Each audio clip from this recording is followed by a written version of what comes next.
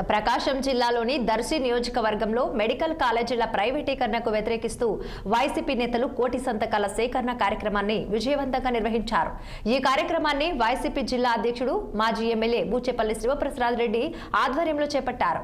ప్రజలు, నాయకులు, కార్యకర్తలు విస్తృతంగా పాల్గొని తమ ఆందోళనను వ్యక్తం చేశారు। అనంతరం శివప్రసాద్ రెడ్డి మాట్లాడుతూ ప్రభుత్వ మెడికల్ కాలేజీలను ధనికులకు పరిమితం చేయడం దారుణమైన నిర్ణయమని మండిపడ్డారు।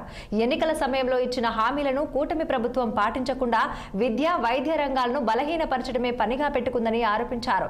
కోటి సంతకాలతో కూడిన పత్రాలను జిల్లా పార్టీ కార్యాలయానికి పంపేందుకు దర్శి గడియార స్తంభం వరకు ర్యాలీ నిర్వహిస్తూ ప్రభుత్వం ప్రజా వ్యతిరేక నిర్ణయాలను వెంటనే ఉపసంహరించుకోవాలని డిమాండ్ చేశారు। రాష్ట్రంలో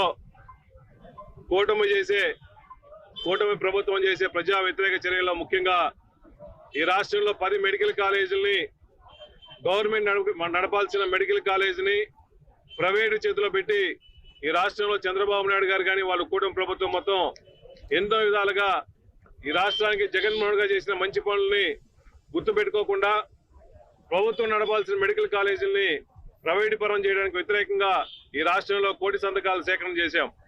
దీంట్లో ముఖ్యంగా దర్శి నియోజకవర్గంలో సుమారుగా 60,000 పైచిలుకున్న పుస్తకాల సేకరణ కూడా వచ్చినాయి। ఈ రోజు ప్రతి గ్రామంలో కూడా స్వచ్ఛందంగా పార్టీలకు అతీతంగా అన్ని సంఘాలు కూడా కలిసి ఈ సంతకాలు సేకరణ చేసినాం। ఈ రోజు వెనక చూస్తుంటే ఈ 60,000 సంతకాలు కూడా ఈ రోజు దర్శి నియోజకవర్గం నుంచి కూడా పార్టీ హెడ్ క్వార్టర్స్ కి, ప్రకాశం జిల్లా పార్టీ ఆఫీస్ కి పంపించడం జరుగుతుంది। ఈ రోజు రాష్ట్రంలో ముఖ్యంగా 2019 నుంచి 24 టైంలో ఈ రాష్ట్రంలో జగన్మోహన్ గారు ఎన్నో మంచి కార్యక్రమాలు చేశారు। ఆ కార్యక్రమాల్లో ముఖ్యంగా ప్రతి జిల్లాలో మెడికల్ కాలేజీలు కావాలని చెప్పేసి ప్రతి జిల్లాలో మెడికల్ కాలేజీ పెడితే చంద్రబాబు నాయుడు గారు కావాలని జగన్మోహన్ గారికి మంచి పేరు వస్తుందని చెప్పేసి కుటీల నుంచితో వాళ్ళ మనుషుల కోసం, వాళ్ళ బినామీల కోసం అన్ని ప్రైవేటీకరణ చేయడానికి రాష్ట్రం మొత్తం వ్యతిరేకిస్తుంది।